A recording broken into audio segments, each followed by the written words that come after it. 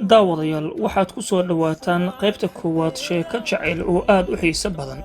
sheekadaasoo aan ugu magac darnay markay labadan isku kaa qabato maxay daruuftu u adkaataa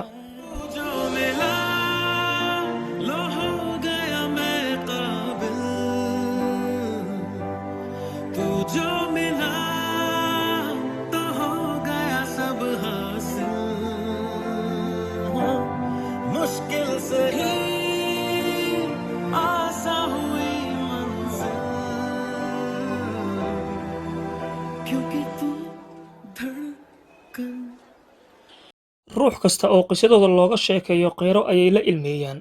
dadku markay isku arkaan walaalo ayay moodaan hase yeeshee waa saaxiibbo mucjiso gooni ah ee wadato saaxiibtinimadooda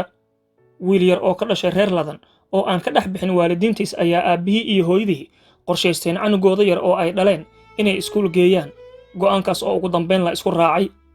xilli ay subax hore tahay ardaduna ay soo wada xaadireen fasalka koowaad ee dugsiga hoose dhexe iyo sare ee cali xuseen oo ku yaala degmada dharkeelle ee magaalada muqdisho waxaa albaabka laga soo gala fasalka ka soo muuqday macallinkii ku qornaa aroortaas fasalka iyo canug yar oo midabkiisu maariin yahay oo gacanta uu hayay salaan kadib wiilkii yaraa ayuu ku yidhi kursigaas ku fadhiiso halkan ayay kaaga bilaabanaysaa waxbarashada aad doonayso in aad heer sare ka gaarto mustaqbalka markii ay soo idlaatay qaybta hore ee xiisadda iskuulka dhammaan ardadii waxay u soo baxeen wakhtigii nasashada arday kastana waxyaabihii uu qabsan jiray ayuu howsheeda galay qaarkood ciyaar ayay bilaabeen kuwo gooni iyo sheeko ayay dhinac iskula fadhiisteen halka carruurta ka soo jeeda qoysaska ladan ee maalqabeennada ah ay si gooni ah meel isugu yimaadeen canugii yaraa ee subaxaas ku cusbaha iskuulka murugo iyo fikir ayuu meel gooni ah keligiis la fadhiistay isagoo ilinta ay ka socoto cali oo ahaa arday kale oo dhigtay isla iskuulkaas balse ka tirsan ardayda fasalka labaad ayaa arkay wiilkan oo murugsan xaggiisa ayuu u soo jaan qaaday markii uu agtiisa yimid ayuu weydiiyey su'aashan maxaa kugu dhacay oo sidan dhan ugu murugsan tahay canugii ayaa ku jawaabay waalidkay saacad kama aanan maqnaan hooyo iyo aabbe in aan aado ayaan rabaa ayuu yidhi cali oo si deggan oo naxariis ay ku dheehan tahay ula hadlaya ayaa mar kale qalbiga ugu qaboojiyey waan soo maray marxaladda aad maanta ku sugan tahay oo kale laakiin hadda waan la qabsaday adigana hooyo iyo aabbe jecel ay kuu qabaan ayay iskuulkan kuu keeneen waana dhabbihii aad ku gaari lahayd horumarka noloshaada waalidiintaadu waxay rabaan markii aad wax baratid magac iyo hanti in aad yeelato si dadka hadda dunida magaca iyo maamuuska ku leh oo kale in aad noqoto ayuu si naxariis ay ku dheehan tahay ugu laab qaboojiyey isagoo ilinta ay ka qubanaysana ka tirayey wuxuuna intaa u sii raaciyey inuu u sheego magaciisa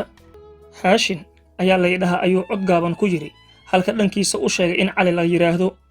marqura ayay isla ordeen iyagoo isla ciyaaraya qosol iyo farxadna ay ka muuqato balse ardadii iskuulka ayaa la yaabay markii ay arkeen haashin oo ordaya maxaa yeelay dhacdo lagu yaqiinay ma aysan ahayn xilliga bareega ama nasiinada inuu soo dhex galo ardayda kale xilliyada ay ciyaarayaan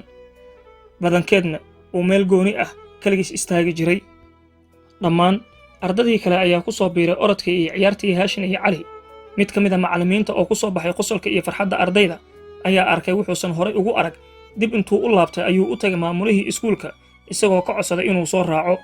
markii ay bannaanka yimaadeen macallinkii iyo maamulihii waxay indhahoodu qabteen ardadii dhammaan oo ciyaar iyo farxad ku midoobay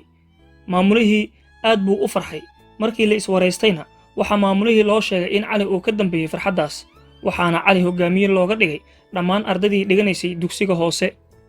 haashin hooyadiis oo maqashay warka farxadda leh ayaa markii wiilkeeda guriga uu ku soo laabtay hab intay siisay labada danna ka dhunkootay kadibna waxa ay weydiisay sida arrintan farxadda leh ay ku dhacday haashin wuxuu u sheegay hooyadiis inuu helay saaxiib mucjiso ah oo ardayda dhan jeclaysiiyey isagoo murugsanna murugada ka saaray wiilkaasna la yidhaahdo cali hibo oo ah hooyada haashin ilin farxadeed ayaa ka soo daadatay waxayna ku tidhi iyadoo labadeeda gacmood dhabbannaha ka saaraysa